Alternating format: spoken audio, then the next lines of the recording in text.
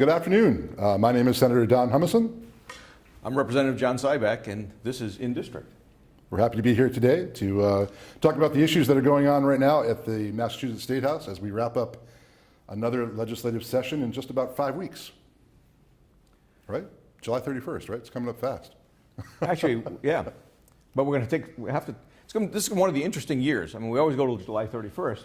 Right. We have to take some time off because of the Republican convention and the Democratic convention. So people who complain that, we're not there often enough, we're actually going to be there on Saturdays. And Sundays. And Sundays. My family's not looking forward to that. Mine probably is. That's a good point. But the point is we have work that has to get done by July 31st, meaning any formal bill, anything that needs a vote in the House and a vote in the Senate, formally, a roll call vote, has to be done by July 31st. After that, we can still meet and we still get things done, but it's got to be done informally. Voice votes only, pretty non-controversial stuff, just the things that we need to do to get to run the government. If it's controversial, it will break down quickly because it only takes one member to doubt the presence of a quorum and stop the process of the bill. And once that person does that, that bill is dead until the start of the next session, or next formal session, which won't happen until next January. So, and there have been sometimes, I think you were in the House when it was shut down for a couple of weeks. There was an issue there was, in terms wasn't of there a liquor member that came license in, question. Patriot Place? No, it wasn't that one. It was down in Dedham. That's right. That's right. I think it was Paul McMurtry that came in. It was. And every day during informal session, he would, he'd apologize in advance, and then he'd say, "I doubt the presence of a quorum," because it was all about trying to get that bill to include the development project in his district. So probably the most important thing sitting before the legislature is the budget. Right. At the time we're coming to you now, the House of Representatives has passed their version of the budget. The State Senate has passed our version of the budget. And whenever you have two versions, they have to be compromised. So 6 members of the legislature, 3 House members and 3 senators are put together, and they literally work with the documents in hand to compare the two versions and then compromise them to come up with one negotiated conference report. And at this point, we haven't passed that yet. And the compromise, in some cases, you're looking at dollar amounts. So the House may give more money for a certain item and the Senate gives less. And do you adopt the House? Do you adopt the Senate? In some cases, it's vice versa. And then above and beyond the specific items that provide dollars to various causes and issues, there are what's called outside sections. And it's just language only. It's just language law only. stuff. And I heard there was, from the conference committee, there were like 300 pages of outside sections that they have to wrestle through. We were pretty reserved. I don't think you guys did a lot of outside No, we sections. did not. It must just be the language of those sections. And then it can come down to something as simple as every punctuation has to match. Every comma in one bill has to match the comma in the next bill. But the 6 members and staff who draft that final version are working right now to get that done so that we can vote on it before the start of the fiscal year. And then it goes to the governor, who can do a line item veto, so he can make his changes. And it has to happen soon enough to give us time to come back and decide if we want to override those vetoes, do we accept his changes. Right. And so the clock really is ticking, and that's why, although we're doing some other significant pieces of legislation, the major thing hanging over us is the budget. And it would be difficult enough, but then we discovered over the last few weeks that there was a shortfall in this fiscal year, shortfall going back in that the will next be magnified fiscal in the next fiscal year that starts July 1st. So we're hearing anywhere between $350 and $750 million. Which is a big chunk of change. Interestingly, though, the governor says that and there seems to be support on Senate President, I think, and the House Speaker, that there aren't going to be any taxes, no new taxes, no new fees. No fee increases, right? So we're going to try to figure out a way to do it. And the fortunate thing is, when you're looking at the FY17 budget that starts July 1st, you really have a number of months. It's a better situation than discovering a shortfall 6 months into a fiscal year. And the issue for the shortfall, it's not that we're overspending. The issue is when they start the budget process, both the House and Senate Ways and Means Committees, as well as the administration, determine what they expect the revenues to be, and revenues have come in lower than expected. And one of the major things I'm hearing is a reduction in capital gains taxes, that the market didn't do well last year, so what they expected to come in capital gains hasn't come in as much. And so it's no different than what you face. If all of a sudden, for whatever reason, your one of your family members is laid off or sick, and you're not collecting the full amount of income that you expect, there's a shortfall. So you've got to look at spending less in your household budget, and we have to look at doing that same thing in our state budget. Right now, the governor has said that they're going to try to find, so instead of making any cuts at the end of this current fiscal year, they're just going to try to find efficiencies within the executive branch agencies, all the different agencies that the governor runs. But while the budget is still being debated, still being compromised rather, and conferenced, they've got to figure out what to do in the next fiscal year. So some of the programs that we might have put in place, some of the funding that the funding levels we might have set may have to be reduced just to comply with the new reality of what the revenue is. I also heard, I don't know if you know this is true, I heard this the other day and it makes some sense to me, but in election years, presidential election years, like every 4 years, the market is always nervous because they don't like change, and so they don't perform well, which obviously impacts the capital gains, and that becomes like some a vicious circle. They don't perform because they're waiting for that change to happen in November, and they don't know which way it's going to go, who will be elected, and what that impact will be on the market, and so it all comes back into some vicious cycle that impacts our state level budgets here in Massachusetts. So I don't know if that's true, but it seems to make sense. They like stability. Well, the other thing is we're taping this the day after the vote. Oh, in England, yeah. Entered Great Britain, the EU. Last night, as the votes were counting, Wall Street advances. I mean, the market predictions were potentially a 500-point drop today, and I don't know what's happening today, but that's clearly going to affect capital gains taxes next year. Oh. So we're not looking at a one-time problem, which is going to require the conferees and the legislature start thinking about what do we do to really prepare for this, given the fact that so little in the state budget is discretionary. We've got to pay our bonding, the money that we borrowed. The cost of the debt. We've got to pay borrowed. the retirees, the pension costs, The health care costs for state employees, as well as the people who are on government assistance programs. That gets paid as well. So there's such a small amount that is discretionary, and it's up to this point that the Speaker, the Senate President, the Governor seem to say in unison that local aid cuts, education cuts. That's right, off the table right now. Are really off the table. So House did a great job. surprises. You made funding local aid, meaning the money that comes back to cities and towns like East Hampton, you made that a priority in your budget. The Senate tried to make higher education a priority. Obviously, Senator Rosenberg the Senate President just coming out of Amherst, and having UMass in his district, that's always been a priority for him. And so we tried to put more money into those areas that we think are important, like local aid and higher ed. And now I'm not sure how the news will play out, whether or not we'll be able to continue funding at that high level if the money's not there. One of the fortunate things, let's look on the bright side in terms of finances, is this week East Hampton got $800,000 in their community development block grant. Good news. And it's really kind of interesting because the funds are going to be used for the Admiral Street area. So we're looking at infrastructure improvements. We're looking at improvements in terms of housing, an area that probably wouldn't be considered a priority. And I don't mean that in a negative way, but in terms of the amount of Chapter 90 money, which is money that goes for roads, sidewalks. Yeah, all the infrastructure improvement that you think about when That's right. you're out there driving When around. you look at what we have and what's available, the need certainly outstrips the available funds, so that area probably wouldn't have gotten the infrastructure improvements. Those dollars are here. Jessica Allen was at the State House Monday when the... Yeah, I think were you down there for the announcement? Monday That's or great. Tuesday, I saw the picture. when the governor made the awards. And I think it's testimony to this city and what the city's done historically. I mean, East Hampton has been very, very successful in getting grant funds.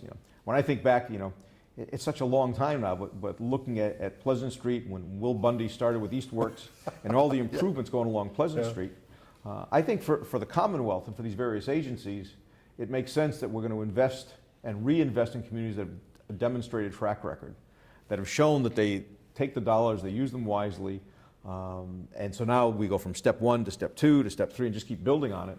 And you can see when you drive through downtown or walk through downtown or walk through town in general, just how good it looks and how it's coming along. I mean, East Hampton's a town on the move, and the buzz is really big. It's really positive about this community.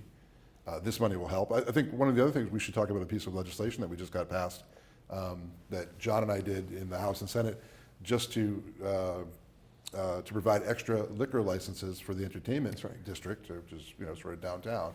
The council requested it, we filed the bill and got it passed, and the governor signed it, which would allow for eight new licenses, specifically for the addresses themselves, for the locations in downtown, to help promote the entertainment areas in the community that bring a lot of people in for food and drink and entertainment. It's always a controversial issue because people who have existing restaurants and bars, who in some cases have paid thousands of dollars for the licenses, why should we give extra licenses and have these prospective new businesses get theirs for free when I had to pay? And there are restrictions on these licenses. They can't be moved, they can't be sold. And then you've got, Governor Patrick talked about it. I think Governor Baker's talked about it. Maybe we should just get out of this whole liquor business. Why are we? Yeah. Let the community decide. Why how are many we as a licenses they state want. doing that? It should just be the cities and towns. The interesting thing, and the reason why you don't do that is, and for me, last term I chaired Consumer Protection and Professional That's right. Licensure, so I had the licenses before my committee. What people often don't realize is those original licenses. So the license that you as a restaurant holder may have paid $25,000 or $35,000 for, that license is a very valuable asset. And you can actually pledge it as collateral in terms of loans for improvements, sort of like the way taxi medallions are in Boston in terms of the cost of those things. Yeah. So if all of a sudden the state decided to just say, East Hampton, you can give out as many licenses as you want, those license holders, and there are many, many of them across the Commonwealth, where they have used that license as collateral on their loan, that license now becomes worthless, essentially. And the bank could call you up the next day and say, all right, time's up, now we want you to fully pay off your loan. So while you see the licenses potentially as an economic development strategy, in some cases it could really contribute to an economic development as opposed to, collapse as opposed to economic development. And so you got to proceed carefully. One interesting suggestion was made by, I think it was the mayor of Beverly, the former mayor of Beverly when I chaired the committee, was, well, maybe we get these extra licenses and maybe we charge market rate for them. And the proceeds of the market rate goes into the city coffers so that they actually have the same value as the others. But now at that point, if you do that, then these licenses should be sellable, they should be movable. So I think we can proceed, but we have to proceed carefully and not just arbitrarily say, all right, let's just eliminate the total quota and say, East Hampton, if you want another 100 licenses, issue 100 licenses. And obviously the city's going to be very careful with how they award those licenses, and they're going to really look at the projects that those licenses are attached to, because the whole purpose is to promote economic activity, promote critical mass so that the people are coming into town to spend money in town, and they want to be able to go. And I mean, just look at what Cultural Chaos did a couple of weeks ago, and how many people on a rainy day came in and flooded Cottage Street so that they could see all the arts and culture things. They could go to the restaurants, they could go to the bars, they could watch all the entertainment. That's sort of what we're looking for every day, not just one day a year or 1 week at a year, but every day. So did you come in after the rain stopped? Yeah, I did. I see. I came in when it was pouring. I think you were there in the morning with the mayor and Nico. Yeah, when it was pouring. Under an umbrella. Yeah. I came in the afternoon. Maybe that's why you're in the Senate and I'm not. It stopped raining by the time I'd gotten here, but it was great to see so many people. I guess all of a sudden, like, the rain switch got shut off and people flowed out into the streets. So it was packed. It was a really good turnout. So we talked about the liquor licenses that are really kind of complicated, and sometimes people don't understand it. Maybe it's a good segue into the next topic about transparency, that people need to understand and see what's happening. And so we passed a public records law. It hadn't been updated in Massachusetts in over 40 years. It was pretty outdated. And it's an interesting problem here in Western Massachusetts. So, who doesn't want greater transparency? So if I'm a citizen of East Hampton or one of the hill towns and I want copies of documents, I should be able to get them, I shouldn't have to go through this court procedure and this long jump through many hoops to get the documents. And so this bill talked about, if you request a document, it should be provided within a certain period of time. There are limits in terms of how much you can charge for the copies and various things. Also, some impact on the communities. For example, if you go down to get a record and the community or agency refuses to release that record, there is an impact on them too. So there's skin in the game. What precipitated this is we began to hear horror stories in Massachusetts about people, citizens of the state that had, or media outlets that would have legitimate requests for information, they would go to an agency, say the Massachusetts State Police, or they'd go to a city hall somewhere and request information. And this information is public, or should be public, paid for by taxpayers, and yet was locked up tighter than a drum. You couldn't get it, or they would have to wait an unreasonable amount of time to get that information. So finally, the bill had been put forward by a friend of ours in the House, Peter Kokot, also from Western Massachusetts, and from Joan Lovely in the Senate. She's from Eastern Massachusetts, but we, I think, passed a pretty decent bill that satisfies the consumers, also protects the agencies, and specifically for our thing, my interest was always, how are the small towns going to comply? If you show up in the town of Montgomery, for example, or even, even coming into East Hampton, where the city hall's only open 4 days a week, it's hard to get those documents in the timely fashion. And I didn't want to see those cities penalized for that because of, smaller budgets and things like that. They shouldn't have to be on the same, held to the same standard that a city like a Boston or Springfield or Worcester would be held to. In the end, we came up with a pretty good version, passed it, I think unanimously, in the House and Senate. Governor signed it, and we now have a modern 2016 era bill that talks about the technology that's available today that would ultimately require most information to be available online, so you wouldn't have to go make a formal records request, and that satisfies, that also will try to stay up to date with the technology as it changes rapidly in this time. Now, you talked about the small towns, and many of the small towns, particularly if I start looking at Berkshire County or Franklin County, you also don't have internet access. At So all. people can't look at them online. Right. You've got a town where the town clerk may work a half day a week, or the office may be open one full day a week between 9 and 4. 5 towns like that. And if you're living in a rural community and are working 20 or 30 miles away, it's difficult to get there. And so it just became problematic. So despite the fact that East Hampton's 4 days a week because of budget cuts are earlier. I mean, Barbara and Mary Ann do a great job in terms of getting things to people and getting them out quickly. But that's not been the case in a lot of other communities. Yeah, some towns are actually way better than others, and it wasn't that every city and town across the state was being obstinate about it. But we heard again some horror stories from specifically state agencies or government agencies and certain cities and towns that were not releasing that information. Whether it was because the clerk, just had a difference of philosophy or a difference of opinion, but we really felt like, again, and we heard the debate over and over again say that this is public information paid for by public taxpayer dollars. It should be available to the taxpayer, and it should be available in as simple a form as possible, so that if you request something in good faith, if you request information, you will get that within a set time period, and you won't have to wait a long time. So it's an election year. It is. We have people up for re-election in the fall, but we also have ballot questions.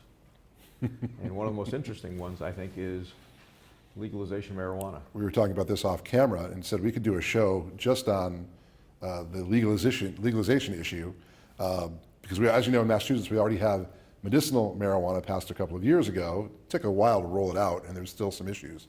But now there's a ballot question that's got the certified signatures. It's going to be on the ballot this November. And the question, quite simply, is do you believe that recreational use of marijuana should be allowed? And the group that put this proposal forward, actually calls themselves the group to legalize marijuana and regulate it like alcohol. So they're kind of viewing pot and beer or pot and booze in a similar vein, and they want to legalize it. And that's going to be ultimately not up to us as legislators, but up to you, well, I guess us too, as voters who go to the polls in November. But one of the problems I have, I certainly respect and believe in the power of the people and their ability to vote. The problem that I've seen over a period of time with a number of ballot questions is that they're sometimes poorly worded, Right. sometimes incomplete, sometimes inconsistent. Let's go back when I chaired consumer protection. We had a ballot question a couple of years ago on right to repair, which I supported, that you should have the right to go to any car repair shop and Pick and your have own it repaired. garage, yeah. We had passed a law. There was a ballot question. There were inconsistencies between the two. It took us about a year to try to reconcile those differences. And so the people that advocate for certain ballot questions don't always do a great job of wording them. Yeah, you got the big picture idea, but then, unfortunately, sometimes in our line of work in government, you have to have certain chapters and verses in the law that have to fit in with other chapters and verses, federal law, state law, local law, and the questions are kind of 20,000 feet, but we are required to implement them at the ground level, so that's a problem. So I have never been, I'll just talk about this for a second. I've never been a big fan of pot. I never smoked it, never smoked anything really. So going into this debate, I wasn't a big fan of the idea of legalization, but I certainly understood that there were a lot of people who were, including my constituents, who kept coming to me saying, hey, it should be legalized, it should be taxed, it should be regulated, the state should be able to get money, we should not put people in jail for smoking pot, and of course that doesn't happen. But the interesting thing is we had a group of state senators who did a trip to Colorado, a fact-finding mission, which really was a fact-finding mission, and the group was made up of people that were sort of against it, people who were strongly in favor of legalization, and they all went to Colorado, met with the producers, toured I was going to say factories, but toured the grow facilities and the distribution facilities, and almost to a person came back to Massachusetts going, oh my God, put the brakes on this thing. It's a bad idea for our state. Well, there are lots of questions. You're Yeah. looking at Colorado where it's purchasing marijuana that can be smoked, purchasing marijuana and edibles. There are serious problems with edibles in terms of concentration and how long it takes, and there have been people who seriously are overdosing on marijuana. You've got police departments that are saying, we're not sure how to deal with impaired drivers. But you raised an interesting question. You talked about people who support things in terms of having it being taxed. And so people look at various things saying, well, this is a way of taxing or getting more revenue to the Commonwealth without taxing everyone. And the same argument was made with casinos. Right. So I never saw casinos as a panacea. I voted against casinos the first couple of times it came up. I voted for it the last time because I looked at where the revenue was going in terms of education and We kind of blue-collar stipulated jobs. where some of that would go, cultural stuff, economic development stuff. But in this situation, education. we're talking about taxing. But what's the revenue going to be, and what are we going to face in terms of the potential consequences? Clearly, there are other problems in Colorado. The fact that it's a cash-only business, because despite the fact that Colorado passed it and it's legal in Colorado, it is still illegal in the United States. So banks don't want to touch it. Credit card companies don't want to touch it. There are a series of questions, none of which are going to be addressed in that ballot Other question. question.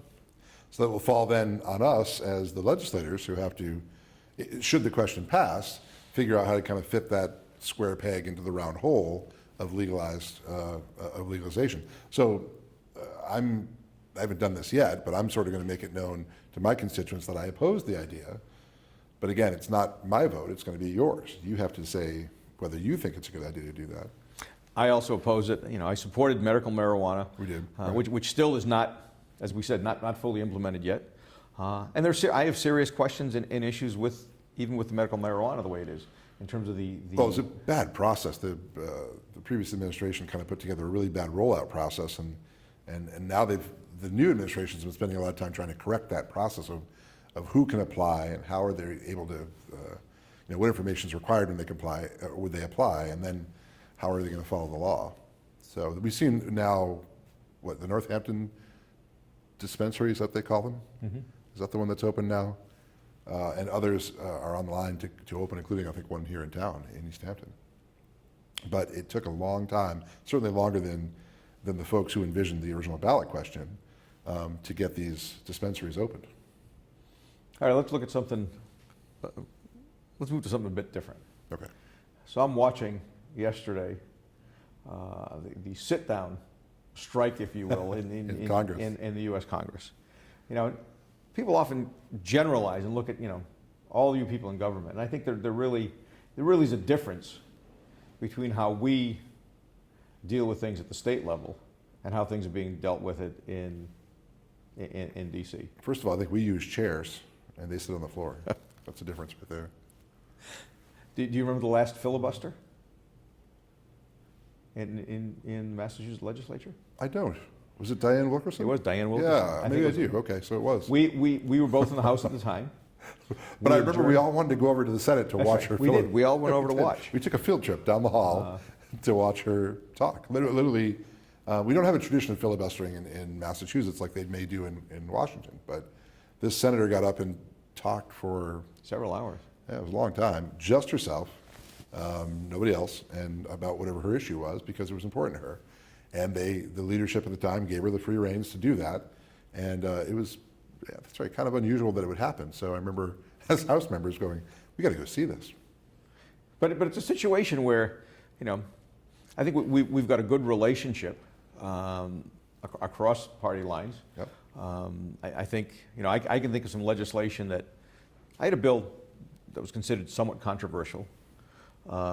It was a licensing bill, I think it was 4 years ago or 6 years ago. It was the last night of session, July 31st. It's 8 o'clock at night. We were ready to bring it up on the floor, and a lobbyist approached me and said, I'm going to kill this bill in the Senate. We don't like the language. So I had people in the gallery who supported this bill, and I asked the Speaker's legislative director, I asked Toby to pull the bill. So the people are saying, what are you doing? And you could get this Pyrrhic victory of saying, well, it passed the House, Right. and then it dies in the Senate. So I pulled the bill. And we go out of session July 31st, and I spent much of August, really September and early October, meeting with that lobbyist and his constituent to work out language. We got it. We got them to agree. I then went to Brad Jones, the minority leader, Right. and said, here's a bill. The only opposition was coming from this particular agency and these people. They're on board. He was on board. We passed it in an informal session, went over to the Senate, passed it in an informal session. Governor Patrick signed it in earlier mid-December.